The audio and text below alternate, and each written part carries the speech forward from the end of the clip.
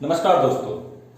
तो कुतुबुद्दीन ऐबक के दिल्ली सल्तनत में स्थापित होने से पहले क्या क्या कुछ प्रमुख गतिविधियां थी। आगामी वीडियोस में हम चित्तौड़गढ़, रणथंभौर, मेवाड़, ग्वालियर, कालिंजर, इन सब के युद्ध के बारे में हम जानेंगे। तो उससे पहले हम जानते हैं कि दिल्ली सल्तनत जो आरंभ होने वाली है, जिसे मोहम्मद गोरी के गुलाम आगे बढ़ाने वाले हैं, जिसके बाद भारत के एक लंबे इतिहास में इनका प्रभाव रहेगा, उससे पहले की पृष्ठभूमि। किसी भी नए ऐतिहासिक परिवर्तन को पढ़ने से पहले हम बैकग्राउंड को जरूर पढ़ें। पिछली वीडियो में हमने आपको इन आक्रमणकारियों के बारे में बताया था। आज मैं मानचित्र के माध्यम से पहले आपको दिल्ली सल्तनत पढ़ाने से पहले इस वीडियो को बड़ा महत्वपूर्ण समझता हूं। ये जो आप लाल सीमा में देख रहे हैं ना, ये वही क्षेत्र है जो कुतुबुद्दीन ऐबक शासन करेगा। वो राजा तो देखिए क्षेत्र तो उसका गजनी का था, लेकिन कुतुबुद्दीन ऐबक जिसकी हम बात कर रहे हैं, उसके अतिरिक्त भी मोहम्मद गोरी के कुछ गुलाम थे जिनके बीच प्रतिस्पर्धा होना लाजमी था, क्योंकि मोहम्मद गोरी का बहुत विस्तृत क्षेत्र था, गजनी के वो क्षेत्र से आया था। तो कुछ इस तरह से गुलामों ने वो बंटवारा किया था कि इस क्षेत्र पर एक और गुलाम गजनी में यालदोज, ध्यान से नाम सुनिए, हालांकि अभी इसके बारे में हम गहन अध्ययन करेंगे। फिलहाल मैं एक बैकग्राउंड बता रहा हूं कि ये क्षेत्र गजनी में यालदोज ने कब्जा किया, और ये जो सिंध का क्षेत्र आप देख रहे हैं, इस सिंध के क्षेत्र पर नासिरुद्दीन कुबाचा ने अपना नाम स्थापित किया। हालांकि इसके बाद कुतुबुद्दीन इनके साथ वैवाहिक संबंध बना के अपने खतरे को समाप्त करता है, परंतु बाद में इल्तुतमिश के समय में फिर लड़ाई होती है। तो फिलहाल आप इन क्षेत्रों को देख लीजिए, क्योंकि एक बैकग्राउंड है ये दिल्ली सल्तनत स्थापित होने से पहले। ये आरंभ तो तभी हो गया था जब 1192 में तराइन के युद्ध में पृथ्वीराज चौहान को हरा दिया गया था। तब से इस क्षेत्र पर उनका कब्जा हो गया था। हालांकि ऐसा माना जाता है कि 1192 के बाद पृथ्वीराज चौहान को मारा नहीं गया, बल्कि उसको अजमेर में राज्य स्थापित करने की अनुमति मिली। मोहम्मद गोरी ने उसे अपने अधीन साम्राज्य को चलाने की अनुमति दी। परंतु उसके बाद जब मोहम्मद गोरी का एक्चुअल में ऐसा हुआ 1192 के बाद, जो पश्चिम में हमने पिछली वीडियो में बताया था ख्वारिज्म शासक थे, ख्वारिज्म यहां पर थे, उन ख्वारिज्म शासकों से मोहम्मद गोरी लड़ता है और पराजित हो जाता है। ध्यान से सुनिए, पराजित हो जाता है तो मोहम्मद गोरी वहां पर कमजोर पड़ जाता है। इसका फायदा यहाँ के खोखरी, पंजाब के ही पास का एक खोखरी एक समुदाय था, वो उठाना चाहता है।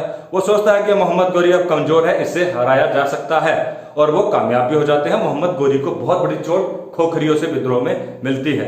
संभवतः ऐसा भी माना जाता है कि 1206 में खोखरियों के विद्रोह के साथ ही मार्च 1206 में मोहम्मद गोरी की मृत्यु भी हो जाती है, ऐसा माना जाता है। ख्वारिज्म से लड़ते हुए, ख्वारिज्म से तो वो हार जाता है, अपना विस्तार पश्चिम की तरफ करना चाहता है, लेकिन ख्वारिज्मों से हारकर वो टूट जाता है। उधर हम बात करते हैं मोहम्मद पृथ्वीराज चौहान की। तो पृथ्वीराज चौहान को उससे पहले ही एक षड्यंत्र के तहत मार दिया जाता है। हालांकि कुछ समय तक उसे अजमेर पे शासन करने दिया जाता है, परंतु बाद में एक षड्यंत्र लगा के मार दिया जाता है। और उसके पुत्र को, ये देखिए रणथंभौर, उसके पुत्र को रणथंभौर का क्षेत्र देकर एक छोटा सा मना लिया जाता है। राजपूतों को रणथंभौर का क्षेत्र दे दिया जाता है। इसी रणथंभौर के क्षेत्र पर आगे देखिए अभी कब्जा होगा बाद में, उसके बारे में हम अध्ययन करेंगे। मैं पहले आपको ये बता देता हूं कि ये रणथंभौर जो राजस्थान का क्षेत्र है, कभी इतने बड़े साम्राज्य पर राज करने वाले चौहानों को मात्र इतने से क्षेत्र पर अधिकार करके खुश करने की कोशिश की जाती है। दिल्ली में राय पिथौरा नाम का एक किला भी बनाया था। अगर आप दिल्ली घूमने जाते हैं तो वो आप देखेंगे, जो पृथ्वीराज चौहान ने बनाया था। वहीं पर भारत की पहली इस्लामिक मस्जिद बनेगी। अभी मैं कुतुबुद्दीन ऐबक के बारे में पढ़ाऊंगा तो बताता आपको जाऊंगा, ठीक। अच्छा, पूरब की तरफ जब विस्तार हो रहा था तो इसका एक हाकिम, मोहम्मद गोरी का एक हाकिम था कुतुबुद्दीन खिलजी। मैं आपको बता दूं, कुतुबुद्दीन खिलजी नाम का एक था, बख्तियार खिलजी। ध्यान से सुनिए, बख्तियार खिलजी। कुतुबुद्दीन ऐबक तो गुलाम है, उसके बारे में अध्ययन करेंगे। उससे पहले बख्तियार खिलजी क्या करता है, करीब 1202 में जब ये आक्रमण होते हैं इधर, तो वो पूर्व की तरफ मोहम्मद गोरी का हाकिम बढ़ता है और नालंदा में बहुत भीषण नरसंहार करता है। इसकी एक घटना मैं आपको बताता हूँ। नालंदा में क्या होता है कि नालंदा में जब ये हमला करता है बख्तियार खिलजी, तो इसको एक पांडु रोग होता है, बहुत भयंकर, बहुत पीड़ित हो जाता है। तमाम हकीमों से ये इलाज कराता है और कोई भी इसका इलाज नहीं कर पाता।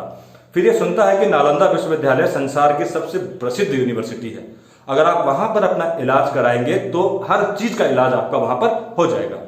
अब ये उस समय पर नालंदा पर कब्जा करने वाला ही होता है, तो ये वहां जाता है और डॉक्टरों को कहता है कि ना तो मैं दवाई